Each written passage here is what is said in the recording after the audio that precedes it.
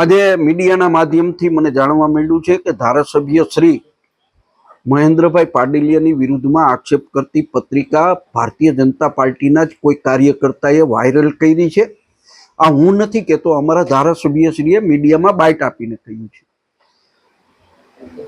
ધારાસભ્યશ્રીએ એસપીમાં ફરિયાદ કર્યાની વાત કરી છે. આ પહેલી નહીં, આ ચોથી પત્રિકા છે. દરેક વખતે ધારાસભ્યશ્રી ફરિયાદની વાત કરે છે, પરંતુ પોલીસ તંત્ર દ્વારા કોઈ પગલાં લેવામાં નથી આવતા. લોકોની મનની અંદર સવાલ ઉઠે છે કે પોલીસ કે સરકાર એટલા માટે પગલાં નથી લઈ રહી કે આ પત્રિકામાં કરવામાં આવેલા આક્ષેપો ક્યાંક સાચા તો સાબિત નથી થતા ને. જે પત્રિકા વાયરલ કરવામાં આવેલી છે અને અંદરો જૂથવાદ હોય અને એમાં શું લાગે છે તમને? ખુદ ધારાસભ્ય શ્રી મીડિયા સામે આવીને કહે છે કે અમારા અસંતુષ્ટ લોકો દ્વારા આ પત્રિકા બહાર પાડવામાં આવી છે.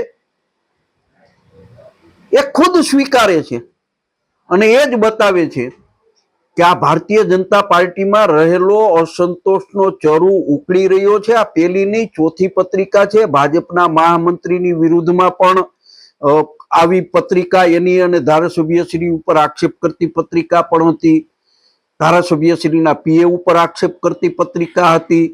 ધોરાજીની અંદર નગરપાલિકાના પ્રમુખ અમારા બેન શ્રી સંગીતાબેન નો દારૂની બોટલ સાથેનો વિડીયો, એની હોકાપીતો વિડીયો ખુદ ભાજપના આગેવાનો કાર્યકર્તાઓ વાયરલ કરતા હતા. બેને પ્રમુખ તરીકેથી રાજીનામું આપવું પડ્યું, પણ આ લોકો સામે કોઈ સામે પગલાં લેવામાં નથી આવ્યા. ક્યાંક ભાજપની અંદર અમારા ધારાસભ્યશ્રી કરતા કોઈ મજબૂત જૂથ તો આ બધું વાયરલ નથી કરી રહ્યું ને, એવું લોકોમાં સવાલ ઉઠી રહ્યા છે.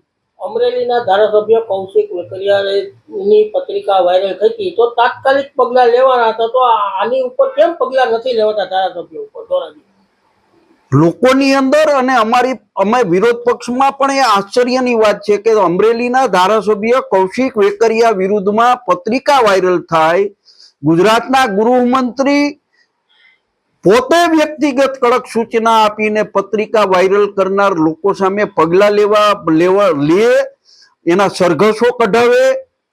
પરંતુ અમારા ધારાસભ્ય વિરુદ્ધમાં 4 પત્રિકાઓ, આ 5મી પત્રિકા છે, તો શા માટે પગલા લેવામાં નથી આવતા? શું અમારા ધારાસભ્ય ભાજપના અણમાનીતા ધારાસભ્ય છે કે પત્રિકામાં કરવામાં આવેલા આક્ષેપો ક્યાંક સાચા સાબિત થશે તો એ ડરે પગલા લેવામાં નથી આવતા? એવા લોકોની અંદર સવાલ ઉઠી રહ્યા છે.